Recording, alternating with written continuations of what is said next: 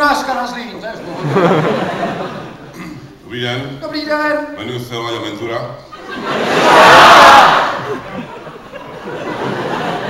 A musím vám říct, že jste mi zkazil večer.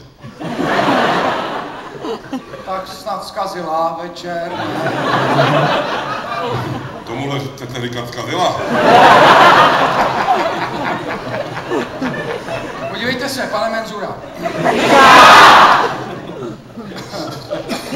Jste poměrně drzej na to, že jako něco ode mě. Co vlastně chcete ode mě? Já chci reklamovat to, co jsem si u vás koupil, protože jste mi zkazil večer. Zkazila!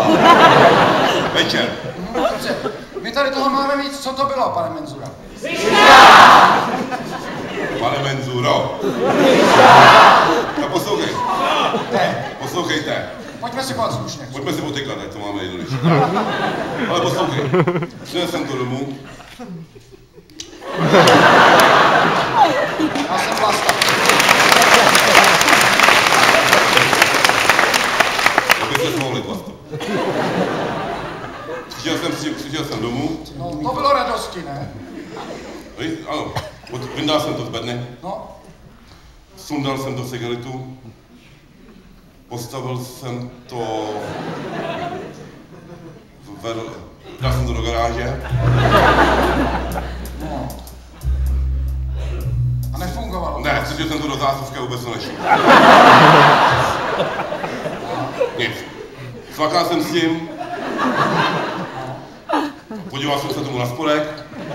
Česko, vzal jsem si nůžičky, to opravím, nejde to, prostě to nefunguje. Vůbec nic. Zkažený celý večer jsem měl. Tak jsem se na to těšil. No takhle, No. Garáž byla zavřená nebo otevřená? Otevřená, aby mi to luftovalo, rozumíš? To třeba je nevím, no tak oni by si měli najít cestičku.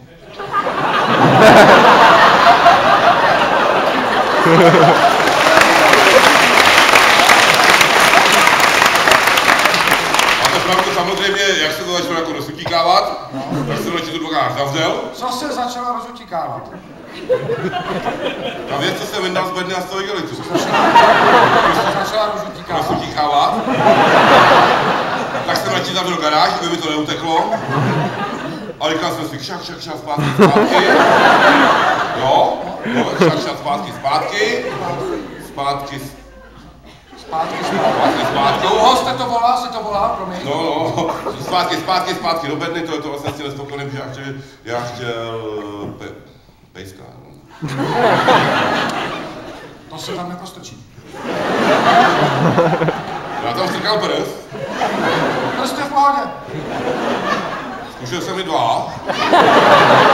Já jsem taky v pohodě.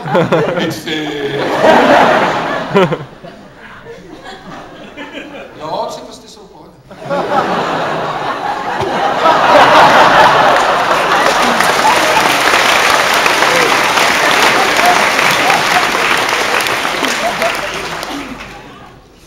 Takhle, slyšel jsem to tam po rameno.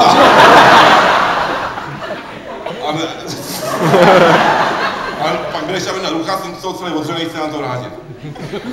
Dobře, a proč? Protože to nefunguje! Ale proč tam strkáš tu ruku, ty idioté? Mě to přišlo, v tu chvíli mě nic nenapadlo jiného. Zvlášť se mi zavřený dvakrát, nikdo mě neviděl. Ale jo, tak to chápu, No. člověka to láká, že? Točím tam ruku. Byl někdo v tu chvíli vevnitř? Nevím, jako... Vevnitř v tom? Vevnitř v tom, jestli... Nebyl nikdo. Ne? Byl. Já se ptám! Já... Cítil jsi něco? Cítil jsem, že to mám ruku, co bych asi cítil. A v té ruce, takový třeba drobný štípání nebylo? No by bylo strašně drobný šípání. No, tak tam byl někdo.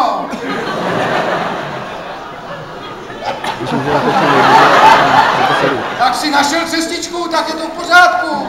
Teď už tam stačí jenom No co jenom? dodat to semínko.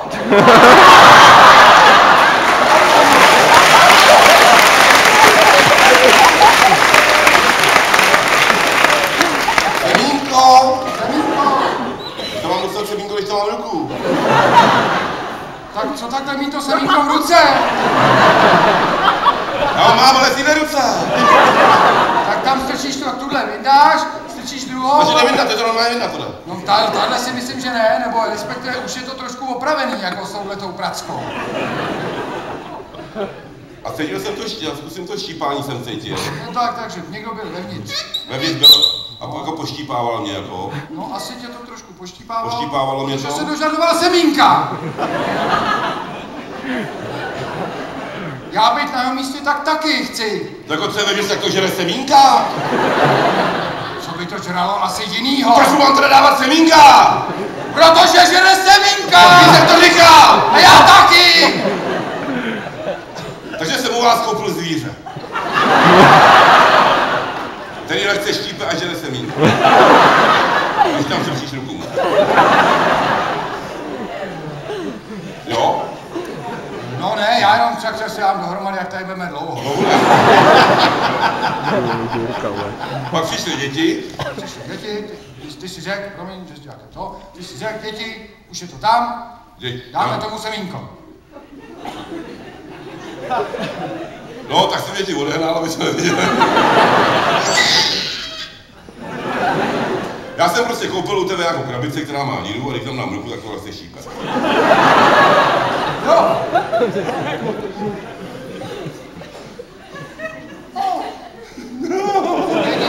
Jediný proč v garáži, to je jediný co.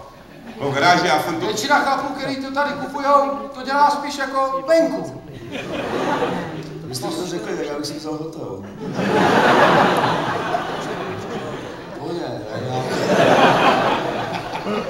Já... Ty si vemeš do ruky semínko. Mám. Máš. Ukáž? Dobrý. Půjdeš z garáže radši ven. Jo? Ještě mám zavřený vrata. Ne? A teď už oni to viděli, jo. Teď už vidíš ty očička, jako rozářený, takhle všude kolem ty očička, jo? No, přesně. A teď už oni prosej. No a ty to tam... Děti prosej. To asi taky, ale jako spíš, že by to chtěli konečně vidět. A ty to tam strčíš.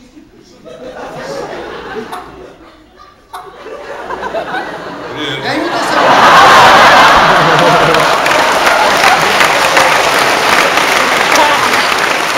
Čau, Lasko. Ahoj. Můžu domů? Jo, určitě. Je tam volný něco? Je to volný. Slepice?